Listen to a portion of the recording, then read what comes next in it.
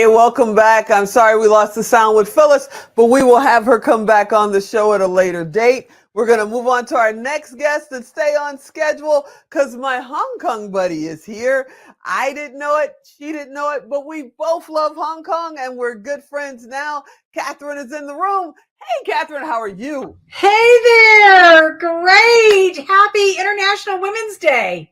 Happy International Women's Day. Oh my goodness. You look amazing. Thank You just you. came from a vacation. Were you on vacation? Well, I was in San Francisco, but it was work. Oh, it was But work. sometimes just moving around makes it feel like a vacation. You look amazing. I'm so glad you could be here. We met at a couple of events now. We've run into each other and you mentioned Hong Kong and I said, "Hey, that was my second home for a while. I love Hong Kong." And we just started talking about that. How's things back in our second home of Hong Kong? Do you think you're going to get to go home again anytime soon? Oh, it's so great. I mean, it's such a small world. I could not believe that you and I had Hong Kong in common, and that you were doing things at the Clearwater Bay Film Studio, I believe, which is literally like a stone's throw from our home in Clearwater Bay. Hello. I mean, it was just a matter of time before we were going to meet each other.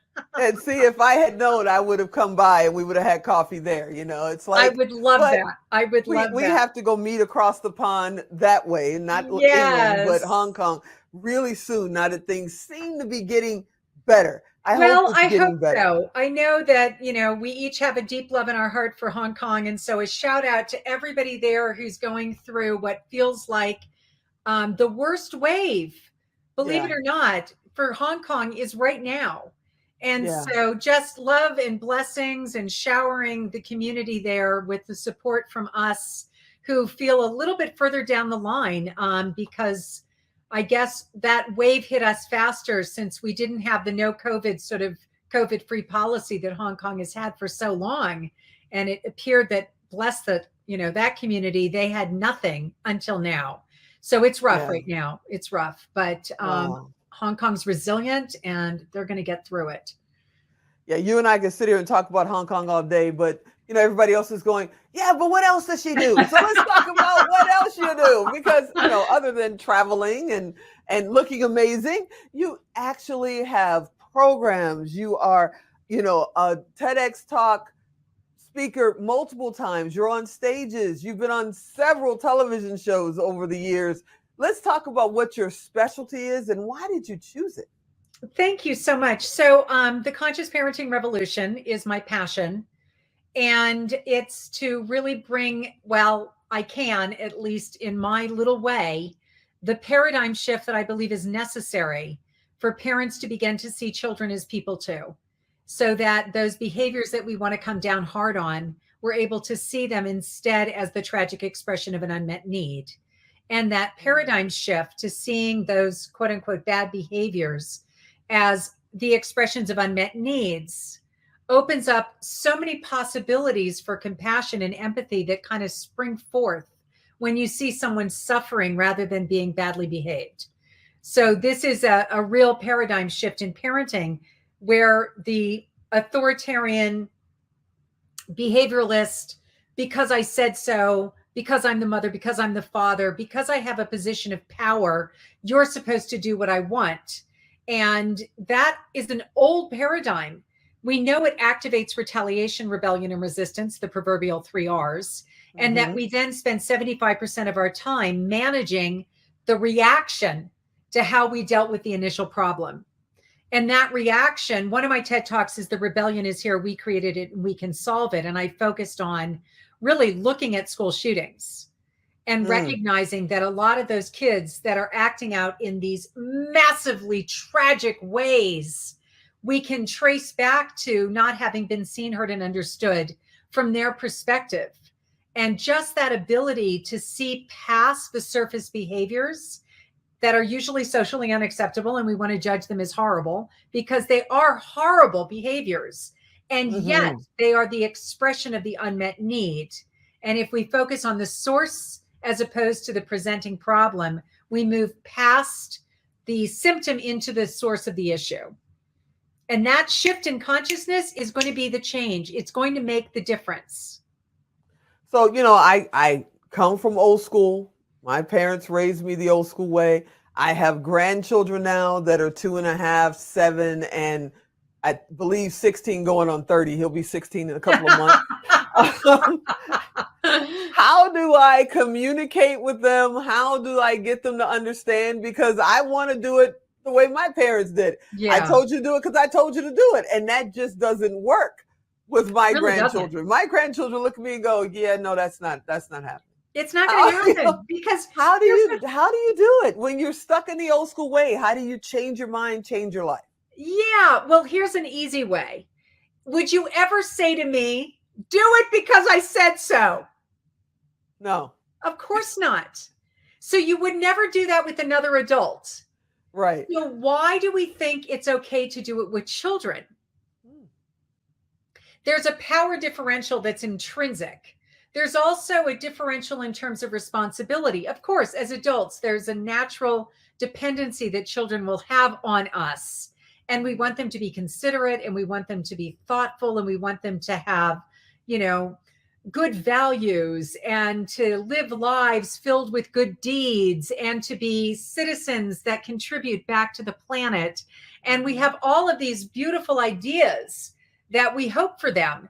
And we break down when we ourselves use a value that's inconsistent with the values that we want for them to have, which is not treating them with the same respect, consideration, and dialogue that we would with any other human being. If you wouldn't speak to me that way, you shouldn't speak to them that way. If you wouldn't speak to your mother that way, then why would you speak to a child that way?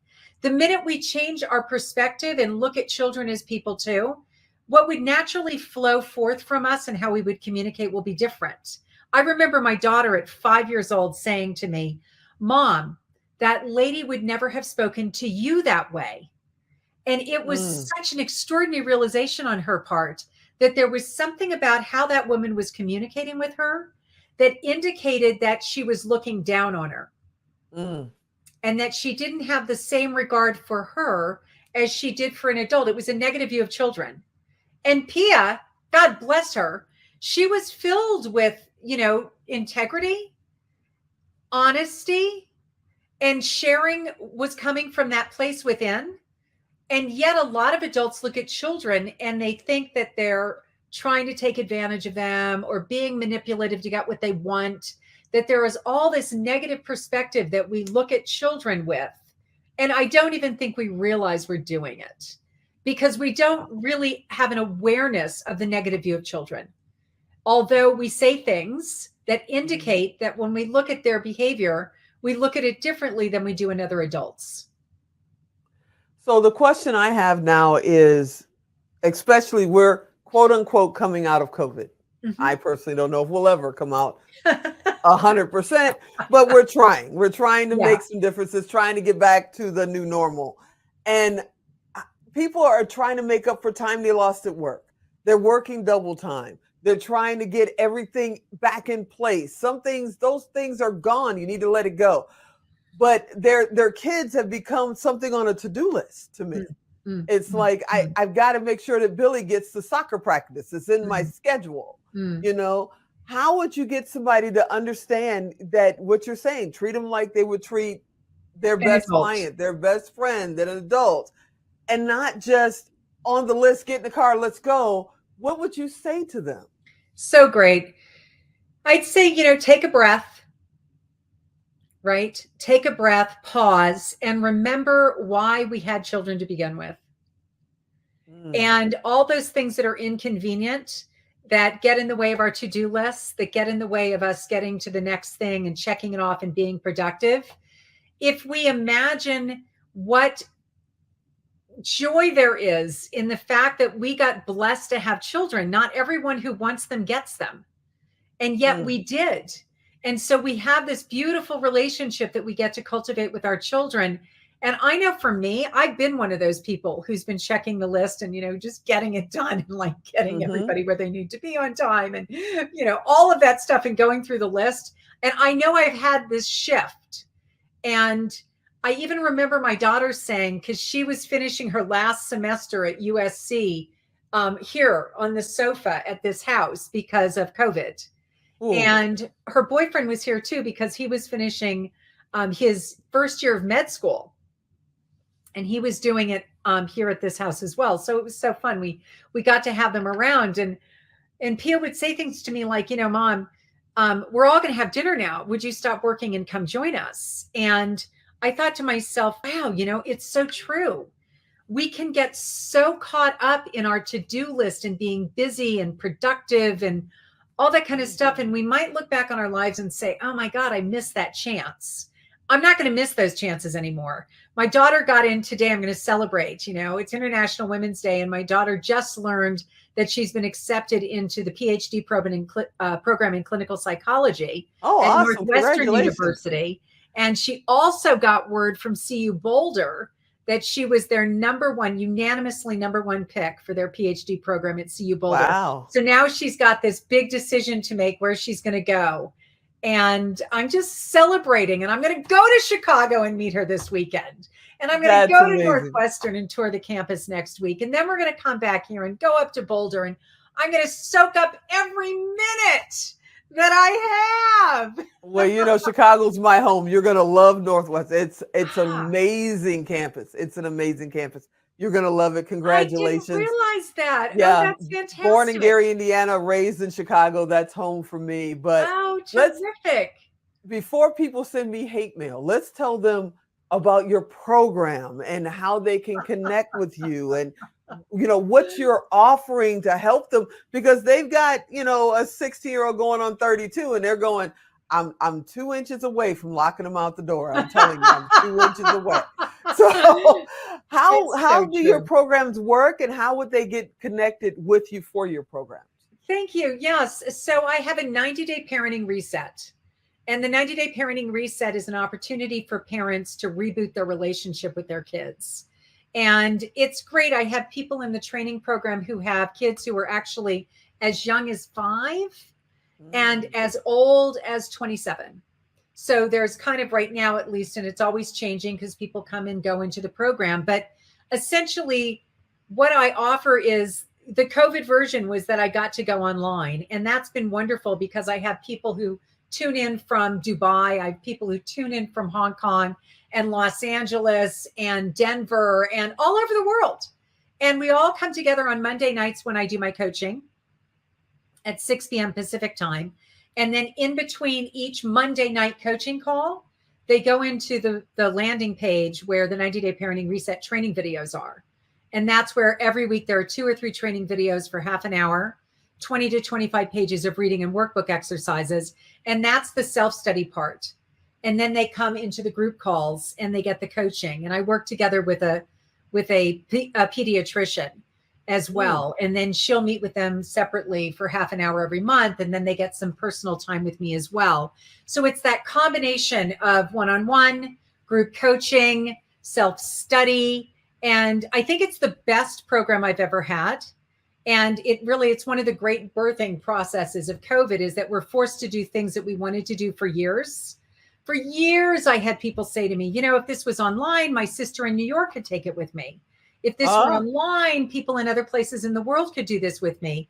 And in any event, for 20 years, I just kept doing it in person in Hong Kong, mostly in schools, to parent communities that, schools would invite me as the back to school night guest speaker. And I would talk about, okay, what are the disadvantages of using rewards and punishments? Because it's what everybody does.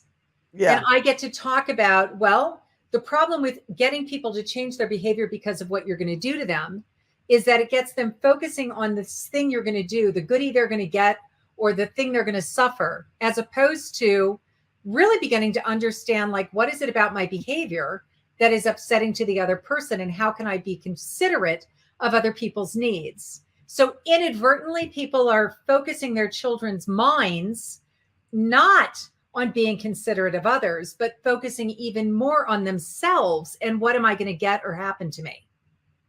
Amazing. I've got to have you come back on the show. I know you're going to do that. And we've got other projects coming up together. So they're going to see us hang out a little bit. We're going to hang out. I love that. Yes. And everybody out there, if you guys want to find out more about Katherine, more about her programs, you know what to do. Go to Tigo Direct, type in Katherine, and you will see her profile. You will see a little box that you can send her a message. It'll get to her inbox and she'll reach back out to you and you can find out more about her programs and everything that she's doing and what stages she'll be on next, because you just never know when you talk with Katherine. One day she's in Hong Kong, the next day she's in New York City, but she's amazing. Katherine, you are the best. Thank you so much for coming on. Thank you so and much. This little bit of time with it's us. So great to be here. Love it. You're amazing. Thank you. You are too. Bye-bye. Bye.